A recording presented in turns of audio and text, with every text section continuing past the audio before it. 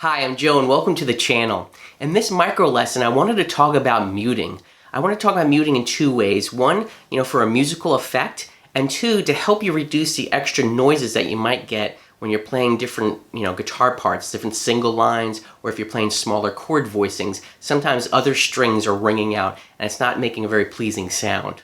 One of the prime ways to mute your guitar is to use the fleshy part of your hand here against the bridge of your guitar. And you want to find their sweet spot. You don't want to be too far back and you don't want to be too close or it chokes the note off. You kind of want to find that right place. And it's not a full-on pressure thing. You kind of just want to let your hand rest there a little bit on the strings. Again, this could be used for a musical effect such as this.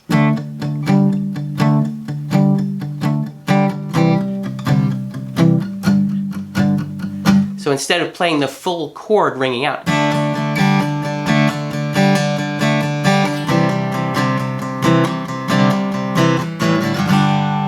I'm muting the strings. I'm using the fleshy part of my hand again just to lay over those strings that I'm playing.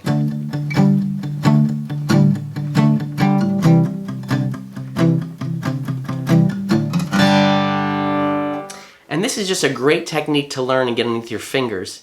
Well, actually underneath your palm when you're practicing these things. Another way that you could use this palm mute would be just to choke off a chord maybe.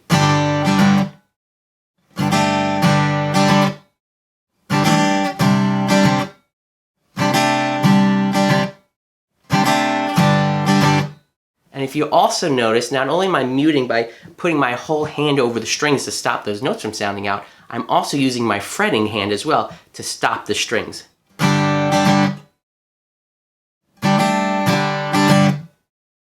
So that's another technique to use. So you can start incorporating now both of your hands. That just helps you really just quiet the guitar down, especially when you're playing different guitar parts. Now muting not only sounds great on the lower strings,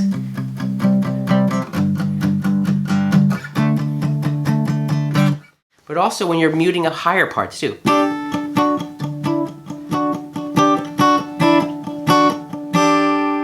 So just experiment moving your hand, basically the fleshy part of your hand, up and down the bridge where you're playing your notes and start getting a feel for what that feels like, just to get that, just dampening the strings slightly. And also start practicing with dynamics, start to opening it up a little bit. So you just start quiet at first, like a mute, and then slowly lift your palm off to make it louder, and then come back down. And again, you're not doing anything fancy here, you're just starting to get familiar with the feel of muting. So start quiet, get a little louder, and come back down. Now, along the same lines that we started to look at with this hand muting the strings, when you're playing single lines, sometimes it's nice to start using other fingers to kind of mute the strings that you're not playing. So if I was doing something simple like, if you notice my hand position here, I have my thumb wrapped over and it's muting the E note here. My finger that's actually playing the notes is also arched back, and what that's doing, it's muting the next string, the B string, and the E string.